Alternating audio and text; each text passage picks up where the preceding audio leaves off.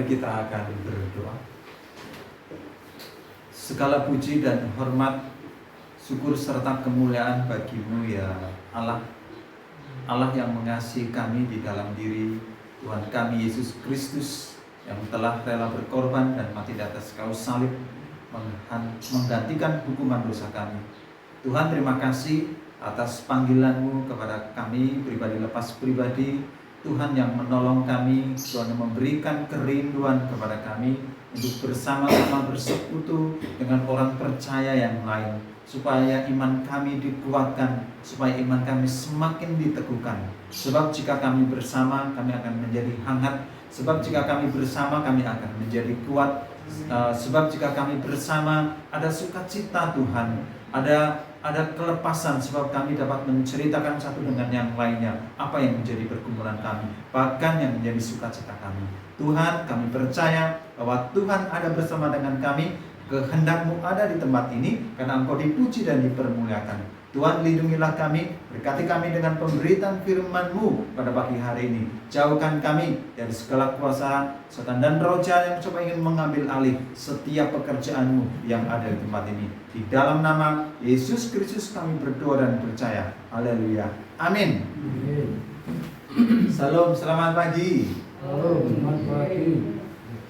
Saudara yang terkasih dalam Tuhan Yesus Kristus, saya punya sesuatu. Ini apa namanya? Tas ya. Tas isinya kira-kira apa? Ada yang tahu? Tapi tuan rumah jangan ngomong ya, Mbak Siti nggak boleh, Gaby nggak boleh. Isinya apa? Ini kerasa-kerasa. Jelas bukan kucing itu. Ya, saudara yang dikasih Tuhan, saya bawa sesuatu. Nah, yang bagus dulu atau yang jelek dulu? Yang bagus. Oh, ya, ini adalah teng-teng. Ini namanya apa? Ada yang bilang nangka sabrang ya. Kalau Purwokerto apa? Nangka sabrang. Oh sama gitu, nangka sabrang. Ini sirsak ya, betul. Ini hasil pohon yang di situ ya. Nanti kalau mau boleh dibawa pulang. Saya mau. Ada satu lagi, kira-kira apa ya? Ada yang tahu? Orang di pangan ini.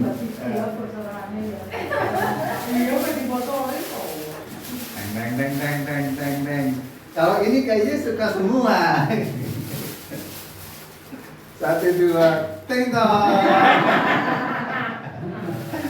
Ini namanya pisang. Bukan pisang emas. Yang tadi bukan Mas Teguh ya. Uli. Ini katanya pisang emas. Ada 2 karena kemarin ya, ini hasil kebun belakang juga. Jadi ini kebun belakang, ini juga kebun belakang.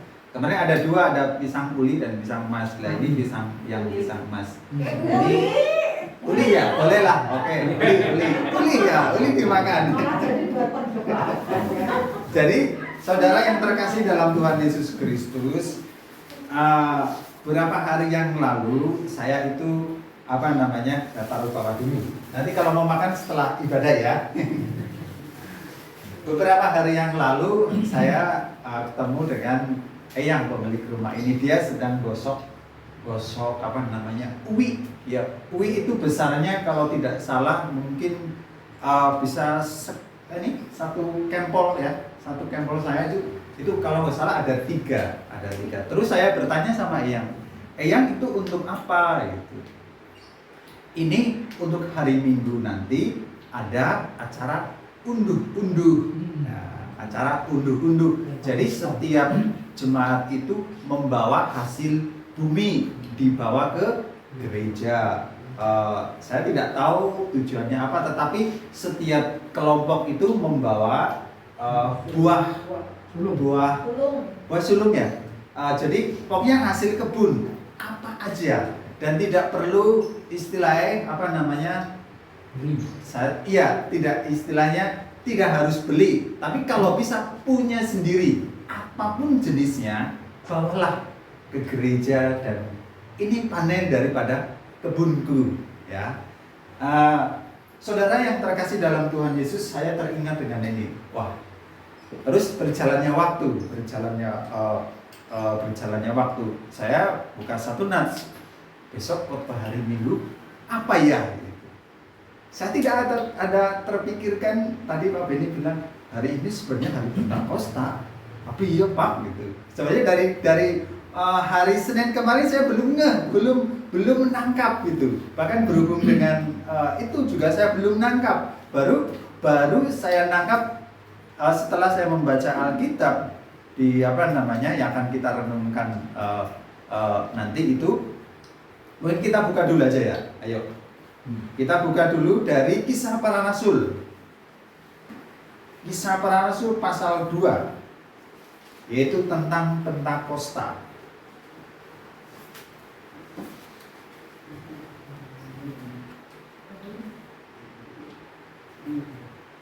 Jadi latar belakang Pentakosta ini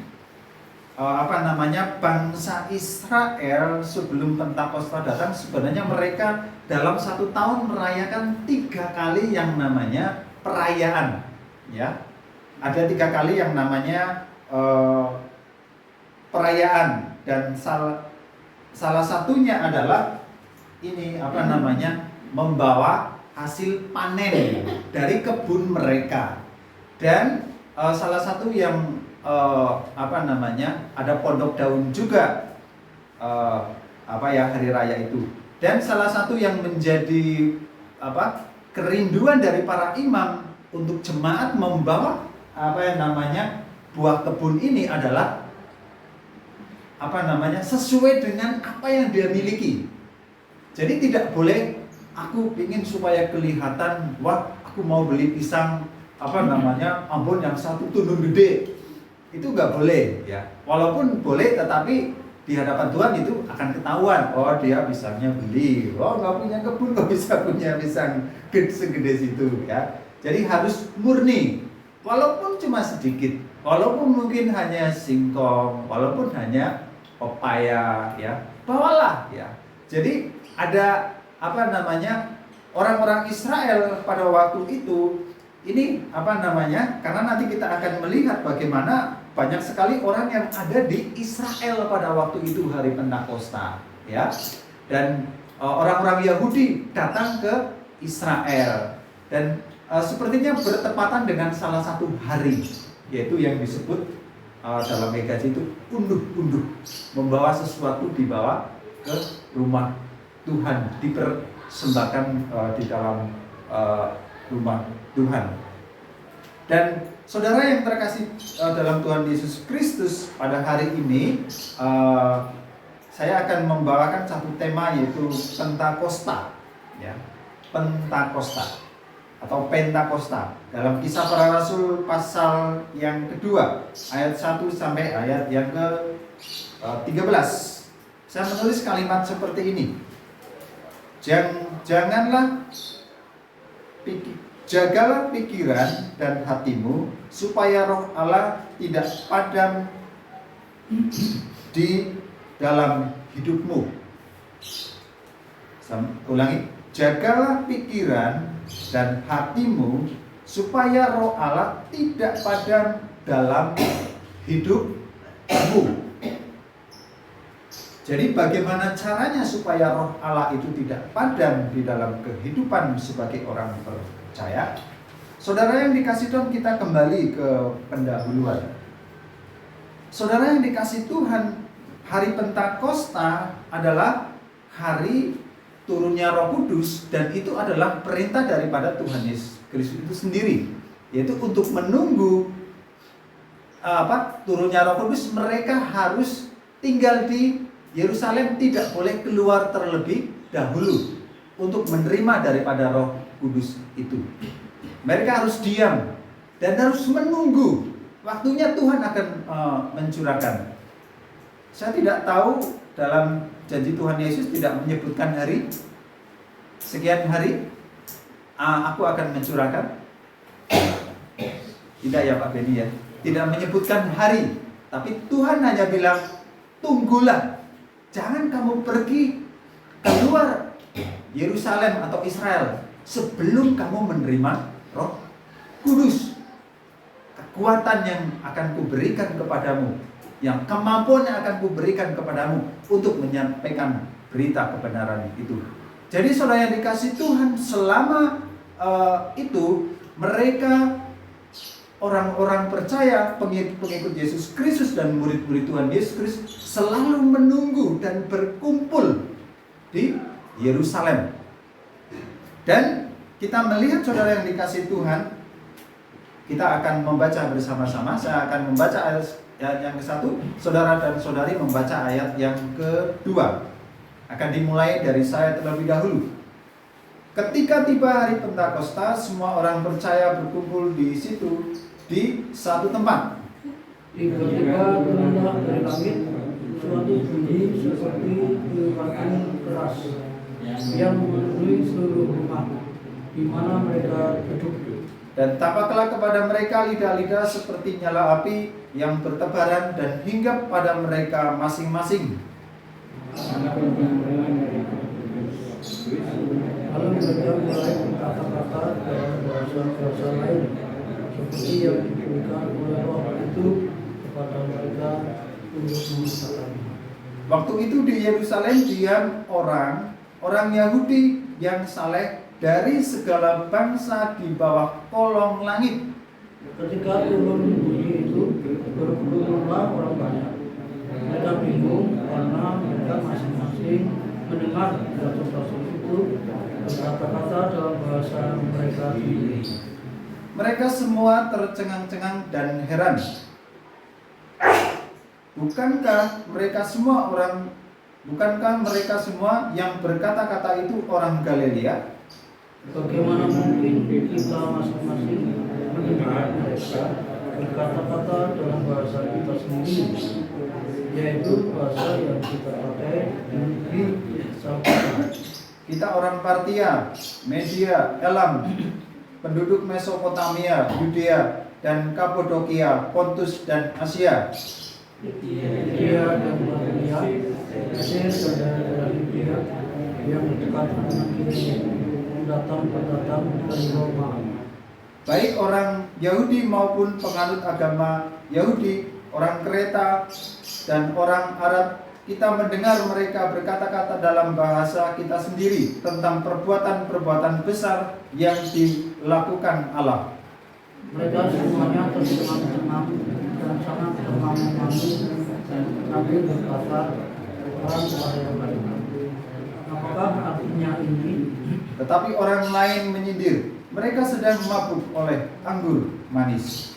Saudara yang terkasih dalam Tuhan Yesus Kristus, hal yang pertama supaya Roh Allah tetap tinggal di dalam kita sebagai orang percaya adalah berharaplah kepada firman-Nya. Jadi bagaimana supaya hidup kita, Roh Allah tetap diam di dalam diri kita, adalah kita selalu berharap kepada firman-Nya. Kita berharap kepada Tuhan. Kita berharap apa yang diperkatakan Tuhan di dalam Injil. Saudara yang dikasih Tuhan, kita melihat bahwa murid-murid memang mentaati perintah Yesus, yaitu tidak keluar sebelum menerima Roh Kudus, supaya menjadi berkat bagi semua orang. Mereka mempersiapkan diri untuk menerima Roh Kudus. Jadi, apa yang menyebabkan mereka dapat dipakai oleh Tuhan? Kita lihat apa perintah Tuhan Yesus Kristus kepada murid-muridnya dan pengikut-pengikutnya pada waktu itu. Jangan pergi. Tuhan mengatakan. Dan akhirnya mereka tidak pergi. Mereka berkumpul di Yerusalem menunggu kapan Tuhan akan memberikan dan mencurahkan Roh yang dimaksud oleh Yesus Kristus itu kepada mereka. Saudara yang dikasih Tuhan, kita melihat bagaimana kalau kita melihat di dalam nas ini, mereka berkumpul dalam satu ruangan, ya. Dalam satu ruangan atau satu kelompok, dan kita lihat dalam satu kelompok dalam satu ruangan itu atau satu kelompok itu sepertinya tidak hanya murid-murid Tuhan Yesus Kristus yang ada di situ. Dan kita melihat bagaimana orang-orang Yahudi yang datang dari negeri-negeri lain itu datang ke situ. Dan kemungkinan mereka membawa hasil bumi dipersembahkan kepada Tuhan. Ada kemungkinan, ada hari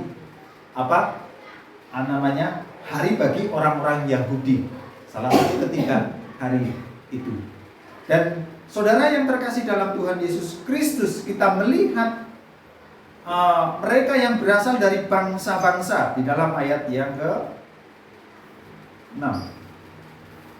Waktu itu di Yerusalem diam orang Yahudi, ya, orang-orang Yahudi yang saleh dari segala bangsa di bawah kolong langit. Ketika turun bunyi itu berkumpullah orang-orang banyak. Mereka bingung karena mereka masing-masing mendengar rasul-rasul itu berkata-kata dalam bahasa mereka sendiri, ya. Jadi bahasa di mana orang-orang itu tinggal, ya. Dan rasul-rasul itu bisa berkata-kata.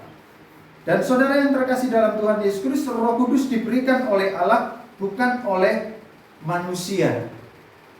Kita lihat ketika mereka sedang berkumpul, siapakah yang memberikan Roh Kudus itu? Allah sendiri. Dan Allah yang tidak kelihatan itu, yang menunjukkan dalam bentuk seperti api yang bertebaran dan hinggap di dalam diri murid-murid Yesus Kristus.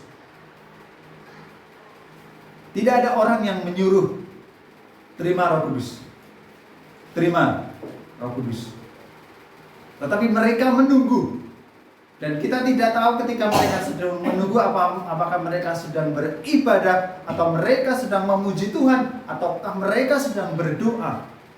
Tapi yang pasti mereka setia menunggu apa yang Tuhan janjikan, yaitu tentang Roh Kudus itu.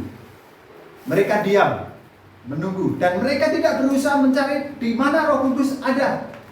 Apakah Roh Kudus ada di KKR?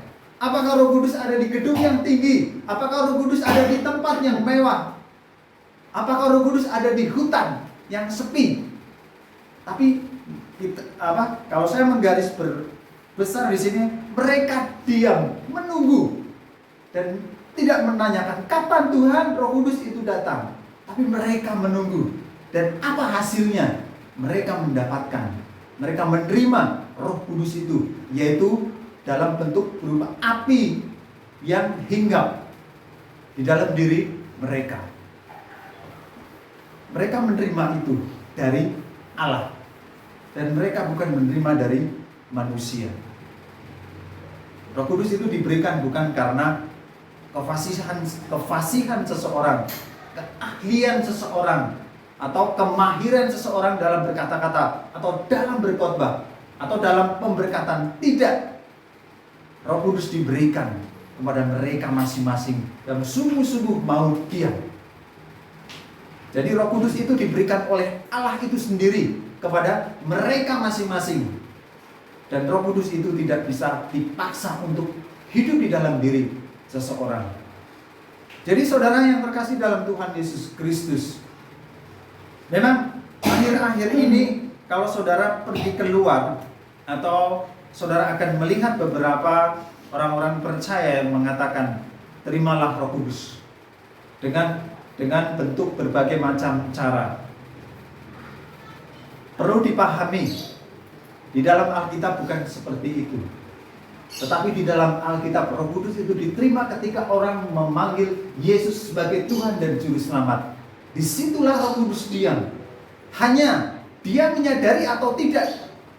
Dia menyadari bahwa dia ada Roh Kudus atau tidak. Kalau dia belum menyadari, hidupnya akan gersang. Hidupnya akan mencari di mana ada Roh Kudus, di mana ada Roh Kudus. Padahal Roh Kudus ada di dalam dirinya. Di di dalam diri seseorang yang sudah mengaku Yesus sebagai Tuhan dan Juru Selamat. Karena pemberian itu diberikan pada saat dia percaya. Jadi kalau orang mencari Roh Kudus, Alkitab mengatakan salah. Di mana Roh Kudus bisa dicari? Wah, Roh Kudus besok datang. Oh, Roh Kudus besok pergi. Tuhan istilahnya ya pelin-pelan kalau seperti itu. Tapi Tuhan kita bukan Tuhan yang pelin-pelan. Tuhan kita adalah Tuhan yang bisa dipegang janjinya. Dan ya dan amin dan pasti. Dan Roh Kudus ada dalam orang percaya. Tinggal kita mau menyalakan api Roh Kudus itu, atau kita mau mendiamkan api Roh Kudus itu. Kalau saudara tidak menyalakan api Roh Kudus, saudara akan merasa bahwa Roh Allah itu tidak ada di dalam diriku. Aku tidak diberkati, aku tidak dijagai, aku tidak dilindungi.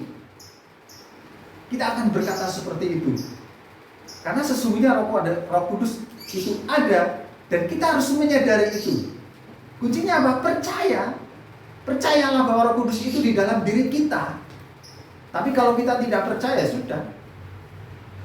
Dan kita tidak bisa memaksa seseorang untuk percaya Roh Kudus sudah ada dalam dirinya. Kita tidak bisa. Tapi pribadi seseorang, kalau dia sudah memahami Roh Kudus, saya yakin hidupnya sungguh luar biasa, berdampak. Ada Tuhan mengatakan Roh Kudus bisa berbisik. Saya setuju. Yang pasti Tuhan berfirman melalui firman-Nya, tapi kadang Roh Kudus dia bisa mengatakan, "Hai, kamu pergilah ke sana. Hai, kamu jangan pergi ke sana." Yakinlah, Tuhan bisa berbicara seperti itu. Kesaksian sedikit. Waktu doa kemarin, saya saksikan ya. Ini punya istri, tapi saya ambil ya. Waktu doa kemarin di Bapak Ibu, istri saya dia, Bapak Ibu semua tahu dia berdoa untuk rumah tempat tinggal. Dia berdoa, kita semua berdoa. Tapi setelah berakhirnya doa, dia mengatakan, dia cerita di rumah dengan saya. Aku tadi kok seperti bilang gini, ngomong bahwa apa yang kamu pikirkan itu istilah tidak dari Tuhan, tapi tunduklah kepadaku. Jadi istri bilang, aku suruh tunduk sama Tuhan. Aku disuruh ngomong, tapi aku nggak ngomong sampai rumah baru bilang. Jadi ketika kita takut tentang ini, tentang itu, Tuhan katakan bahwa Tuhan bilang, kamu jangan takut. Aku ada bersama dengan kamu. Aku akan tolong kamu. Roh Kudus bisa seperti itu? Ya. Damai sejahtera kalau menguasai seorang yang tadinya menjadi takut. Tuhan dapat jamah. Di mana? Di dalam perkumpulan orang percaya. Seperti ini? Yes. Atau seperti doa? Yes. Atau seperti PA? Yes. Jadi di mana orang percaya berkumpul, Roh Kudus itu hadir. Dan karena itu pekalah, bakarlah Roh Kudus itu di tempat-tempat di mana Tuhan datang.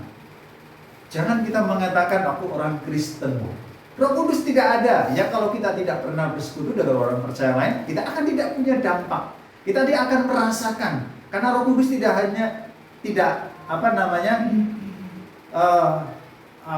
ada di dalam kumpulan-kumpulan orang percaya. Kemarin Pak Benny sudah sampaikan, ibadah sangat penting sekali. Karena Roh Kudus akan ada di sana. Roh Kudus akan mengingatkan kita terus, tentunya melalui firman Tuhan. Siapa yang mengingatkan kita? Kalau bukan di dalam gereja, kalau bukan di kelompok doa, kalau bukan di kelompok PA, kalau di rumah kita juga tidak punya renungan pribadi, siapa yang dapat mengingatkan? Kecuali orang lain. Karena itu mari saudara yang dikasihi Tuhan, sadarilah bahwa kita semua itu ada Roh Kudus. Dan bakarlah Roh Kudus itu supaya itu nampak dan kita merasakannya. Dan kita akan mengatakan, Tuhan siapkanlah aku untuk mengerti bahwa Roh Kudus itu ada dalam diriku. Dan aku mau Engkau pakai sebagaimana murid-murid Yesus Dia mampu berbicara dengan bahasa-bahasa yang lain, di mana orang-orang Yahudi dari berbagai tempat mereka gumun, loh kok mereka bisa berbahasa dengan daerah di mana kita tinggal, bangsa kita. Itu adalah salah satu akibat kalau seseorang dia penuh dengan Roh Kudus. Kita semua bisa dipenuhi Roh Kudus? Amin? Amin. Saya yakin. Dan Roh Kudus tidak memandang derajat. Roh Kudus tidak memandang pendidikan, tapi Roh Kudus memandang hati dan pikiran saudara. Roh Kudus akan Roh Kudus akan memakai saudara untuk dipakai menjadi alatnya. Sebagaimana murid-murid yang dipakai untuk memberitakan kebenaran pada waktu itu, yaitu di dalam ayat yang ke-14 ke bawah tentang khotbah Petrus. Dia mempunyai keberanian untuk menyampaikan kebenaran itu. Siapa yang dapat melakukan itu? Roh Allah, Roh Kudus. Dan saudara yang dikasih Tuhan, mari kita mempunyai jangan kita mempunyai pemahaman bahwa Roh Kudus belum datang ke rumahku, Roh Kudus sedang pergi. No, saya tidak mau orang yang ada di sini mengatakan Roh Kudus sedang pergi dariku. Gak mau. Ayo bangunlah, bangkitlah, bahwa kita semua ada Roh Kudus dan Tuhan akan pakai kita. Mari dengarlah dengan kedua telinga kita bahwa Yesus berbicara dengan nyaring. Aku mengasihimu, aku akan memakaimu.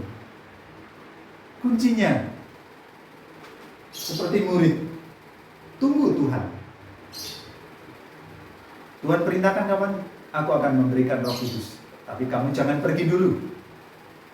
Secara pribadi, apa yang Tuhan katakan kepada saudara untuk menerima bisikan dari Tuhan, perintah dari Tuhan itu. Mungkin saudara berdoa bertahun-tahun, mungkin saudara berdoa berbulan-bulan, berminggu-minggu, berhari-hari, Tuhan belum menjawab. Tapi percayalah, Tuhan dia mendengar setiap keluh kesah kita itu. Kuncinya diam, bukan kita meronta. Aku masalah ini, aku punya masalah anak, aku punya masalah istri, aku punya masalah segalanya. Kau tidak akan bisa menikmati Roh Kudus kalau seperti itu. Kita tidak akan bisa. Tapi kalau kita duduk diam, sekeras berat apapun masalah kita, Tuhan mampu bereskan. Tapi kuncinya kamu mau diam enggak? Ada satu ilustrasi, bagaimana menyelamatkan orang yang tenggelam. Dikasih pelampung, ya, dikasih pelampung, lempar. Ada juga yang bilang katanya kita masuk.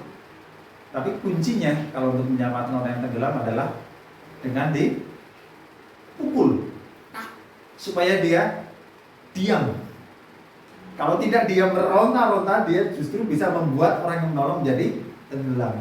Dia harus dipukul dulu supaya dia diam, baru si perenang itu dapat menyelamatkan orang yang tenggelam itu.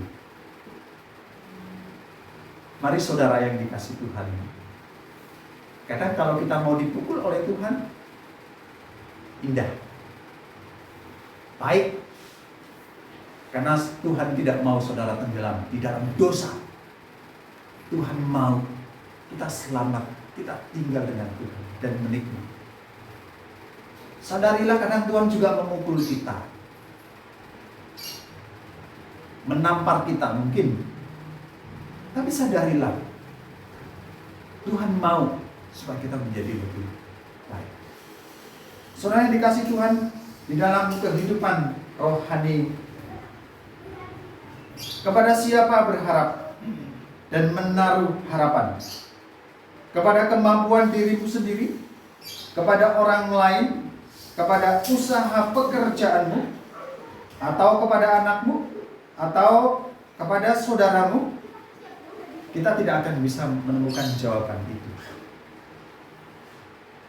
kuncinya kita bergantung kepada Tuhan. Karena hidup kita milik Tuhan. Hidup kita bukan milik saudara kita. Hidup kita bukan milik rekan kerja kita. Hidup kita adalah milik Tuhan. Bergantunglah kepada Tuhan dan Tuhan akan tolong kita. Amin. Amin. Ini yang pertama. Yang kedua, saudara dikasih Tuhan, bagaimana jagalah pikiran dan hatimu supaya roh Allah tidak padam dalam hidupmu. Yang kedua, bagaimana caranya? Caranya adalah berbagilah kepada orang lain setelah menerima Roh Kudus. Ya. Kita melihat saudara yang dikasih Tuhan, buah dari Roh Kudus itu damai sejahtera bagi dirinya dan dapat ditularkan kepada orang lain. Tentunya Roh Kudus yang memampukan seseorang untuk menularkan kepada orang lain. Jadi Roh Kudus supaya tidak padam dalam hidup kita dengan menjaga hati dan kita membagikannya kepada orang lain. Jadi ketika kita membagikan kepada orang lain, kita seperti kita seperti hidup lah, ya. Kalau kita berbagi, bayangkanlah saudara yang pernah berbagi sesuatu. Apa perasaan saudara? Senang, ya. Kalau kita berbagi senang. Walaupun hanya memberi mungkin kecil, bisa bentuk uang, bisa bentuk barang. Tapi kalau kita membagi, rasanya lega. Ada kelegaan tersendiri, ya. Ada kelegaan tersendiri memberi sesuatu, memberikan sesuatu. Ada damai, ya. Tapi jangan memberi karena memberi karena tidak damai. Kalau memberi tidak damai itu bukan berasal dari Roh Kudus, itu bukan dari orang percaya. Awal, ya. Kalau kita memberinya awal itu bukan dari Roh Kudus, tapi dari roh kemanusiaan. Setelah murid-murid menerima Roh Kudus, mereka dimampukan untuk berbuat yang berani, membicarakan, bahkan untuk melakukan mujizat-mujizat yang luar biasa. Jadi, ketika mereka setelah menerima, mereka berbagi kepada orang-orang di sekitar mereka. Dan Roh Kudus itu tidak dinikmati oleh diri mereka sendiri, tapi berbagi dengan orang lain. Kita pun, saudara yang dikasih Tuhan, kita pun juga harus mempunyai dampak. Walaupun kita kecil, ya, seperti sederhana, tapi lihat di mata Tuhan kita bukan seperti itu. Kita luar biasa, kita besar di hadapan Tuhan. Karena itu, jangan menjadi kecil hati, ya. Saya tidak pernah saya kalau bertemu dengan teman-teman yang dalam pelayanan, saya tidak pernah berkecil hati. Gerejamu malah Gekapua sih mana? Di sana, di rumahku. Jadi membuat mereka bertanya, tapi membuat saya semakin yakin gitu. Oh, ada ya? Pasti ada. Dia semakin bertanya ke dalam. Haleluya. Kesempatan saya untuk menyaksikan bahwa di sini tidak hanya seperti kami, tapi di sini ada berbeda yang lain. Kelompok orang percaya yang lain. Jadi saya bangga dengan persekutuan ini dan berikan kepada kita bersama-sama. Bahkan saudara yang dikasih Tuhan, beberapa hari yang lalu bahkan ada satu banjir di Sumbiu, ya. Ini dia bilang, bagaimana Mas Teguh kalau gereja kita ikut andil, walaupun tidak banyak, ya. Jadi Bapak Ibu sudah ikut andil dengan membantu saudara-saudara kita yang ada di Sumbiu, dengan kita memberikan tidak banyak, ya, hanya support dikirim lewat rekening, tapi itu uang dari Bapak Ibu Saudara. Jadi sesungguhnya kita berdampak. Kecil tapi kita berdampak. Itu yang membuat saya, wah Tuhan, Engkau luar biasa. Dan jadikan kami luar biasa lebih dalam. Tidak hanya di luar, tapi rohani kami pun akan berdampak lebih luar biasa. Ketika orang-orang Yahudi memberikan persembahan, mereka berusaha dan tidak ada kata aku merugi. Sekali lagi, orang-orang Yahudi membawa persembahan itu dengan sukarela, dengan sukacita, bahkan menunggu kapan hari panen itu akan datang dan aku akan membawa buah pisang, aku akan membawa buah sirsat, mungkin aku akan membawa buah anggur dan lain sebagainya. Dan mereka dengan bangga jauh dari berbagai macam negara datang ke Yerusalem untuk membawa buah hasil bumi di mana mereka berada. Dengan sukacita, dengan tidak merasa aku merugi, aku jauh perjalanan seperti ini. Tapi di dalam hati Tuhan buat kita menjadi lebih bersukacita. Berbeda dengan orang murid-murid Yesus. Apa yang dibawa? Hati. Apa yang ditunggu? Firman Tuhan. Apa yang diberikan? Roh Kudus, diterima oleh Roh Kudus. Diterima apa? Mereka menerima Roh Kudus. Orang-orang Yahudi yang mengatakan, wah dia mabuk dengan anggur. Mereka datang apa? Membawa hasil bumi. Apa yang mereka dapatkan? Belum tahu. Ya. Belum tahu. Saudara yang dikasihi Tuhan, hari ini saudara datang ke tempat ini. Saya harap saudara mendapatkan Tuhan. Amin. Saudara menemukan Tuhan dan Roh Kudus yang ada di dalam diri saudara semua. Dan saudara pulang, bawalah sukacita Roh Kudus itu, damai sejahtera itu. Itu yang harus kita tangkap ketika kita datang ke gereja. Paling penting, mari kita bangun hati kita masing-masing. Amin saudara. Pemberian yang terbesar adalah putranya yang tunggal. Apalagi dunia dan isinya, berbagai isinya adalah sifat Allah yang penuh kasih juga akan diberikan. Apakah kasih Allah sudah tinggal dalam diri kita sehingga kita juga bisa berbagi kasih Allah pada orang lain? Saudara yang terkasih dalam Tuhan Yesus Kristus, bertempatan dengan hari panen, kita akan panen raya. Kita tidak hanya akan membawa, kita tidak hanya memberi, tapi kita akan membawa panen raya hari ini. Jasmani rohani. Tapi yang penting rohani dulu. Saya baru ngeh hari ini. Kemarin hari Minggu saya belum ngeh kalau ini adalah hari sukacita. Hari sukacita, hari orang berkumpul, hari menikmati panen, dan hari menikmati ada perjamuan kasih.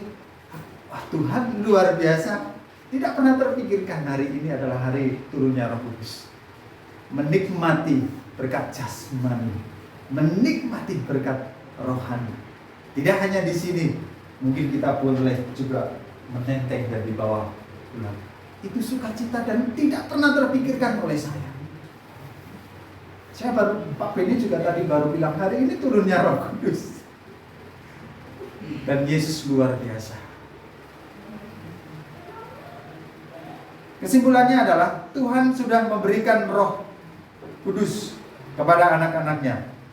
Dan hanya Bapa yang memberikan menurut kehendaknya. Dan barang siapa menerimanya, ia pasti akan berdampak terhadap dirinya sendiri dan juga orang lain. Karena itu, jangan padamkan Roh Kudus yang saudara terima sejak saudara menerima Yesus Kristus sebagai Tuhan dan Juru Selamat. Jangan tindas Roh Kudus sehingga ia tidak bekerja maksimal. Bersandarkanlah kepadanya dan ia akan menolong saudara untuk bisa berdampak bagi dunia ini. Amin. Amin. Mari kita berdoa. Tuhan Yesus, kami mengucap syukur pada saat siang hari ini. Mungkin saudara-saudara kami, mereka sedang menunggu-nunggu atau sedang mengatakan, Roh Kudus datanglah, Roh Kudus datanglah.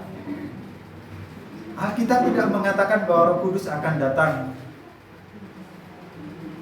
di dalam orang percaya berkali-kali.